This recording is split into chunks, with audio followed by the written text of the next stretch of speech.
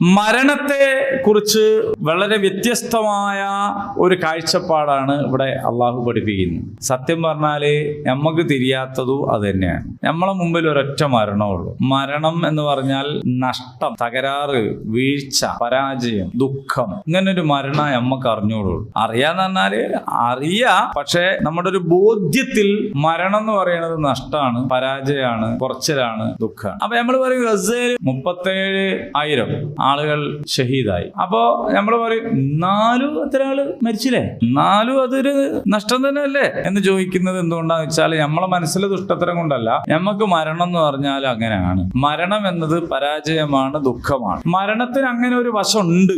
പക്ഷേ അള്ളാഹുവിന്റെ മാർഗത്തിൽ കൊല്ലപ്പെട്ടവരെ, വധിക്കപ്പെട്ടവരെ മരിച്ചു എന്ന് നിങ്ങൾ പറയാൻ പാടില്ല. അത് മരണമല്ല, അവർ ജീവിച്ചിരിക്കുന്നവരാണ്.